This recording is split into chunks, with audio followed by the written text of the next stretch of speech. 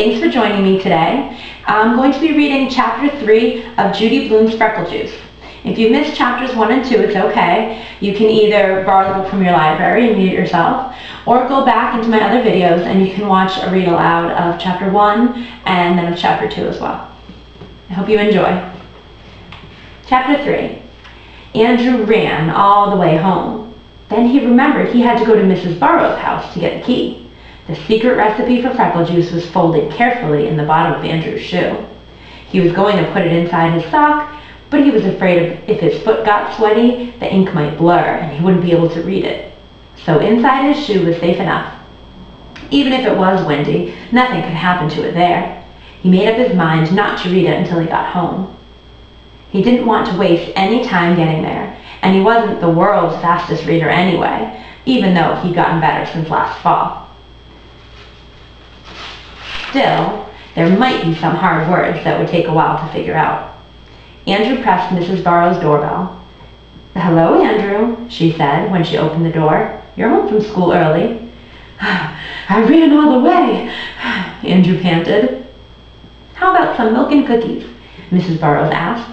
"No, thank you. I just want the key." "Well, come in, Andrew. Your mother's in the living room." Andrew followed Mrs. Burrows. His mother was dealing 4 piles of cards. "Hi, Mom. I came for the key." "Manners, Andrew. Manners. Don't you say hello to all the ladies?" Mrs. Marcus asked. "Oh, hello," Andrew said. Mrs. Marcus reached for her purse. She opened it and gave Andrew the key. "Change your clothes and play outside. I'll be home by 4 o'clock.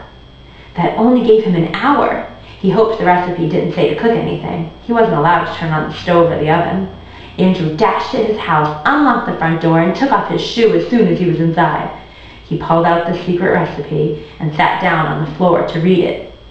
It said, "Sharon's secret recipe for Freckle Juice. 1 glass makes an average amount of freckles. To get like Nikki Lane, drink 2 glasses. Mix up all these things together. Stir well and drink fast. Grape juice, vinegar, mustard, mayonnaise, juice from 1 lemon, pepper, salt, ketchup, olive oil, and a speck of onion. P.S. The faster you drink it, the faster you get freckles." Andrew read the list twice. It didn't sound like much of a secret recipe. His mother used those things every day. Of course, she didn't use them all together. Maybe that was the secret part. Well, he'd paid 50 cents. He might as well find out. He climbed up on the kitchen counter so he could reach the cabinets. He found everything except the lemon, that was in the refrigerator, and the onion. Mrs. Marcus kept onions in the basement in a bin. Andrew ran downstairs and selected the small one, since the recipe only called for a speck. With or without the skin, Andrew wondered. He chose a big blue glass. He started with just 1 glassful and then drank another if he wanted. He'd start with just 1 glassful and then drink another if he wanted more freckles. No point in overdoing it the first time. That's what his mother always said. Now, first the grape juice, Andrew thought. He filled the glass halfway and added an ice cube. All drinks tasted better cold, and he was sure this one would too. Then he added the other ingredients, 1 by 1. His mother had 2 kinds of vinegars, wine vinegar and plain vinegar. Andrew picked the wine one. He put in some hot mustard, 1 spoonful of mayonnaise, and plenty of pepper and salt. Then some ketchup. That was hard to pour. But what about olive oil?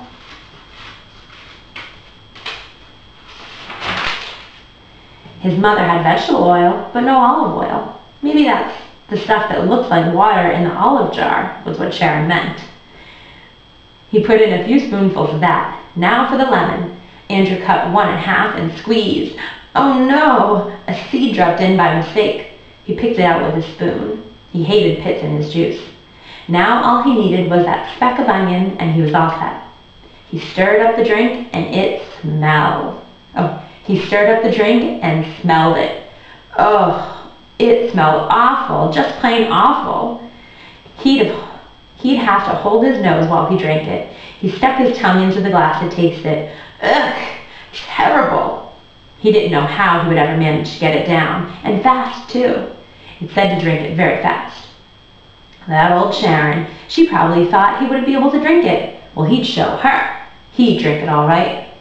Andrew held his nose, tilted his head back, and gulped down Sharon's secret recipe for Freckle Juice. He felt like throwing up. It was bad.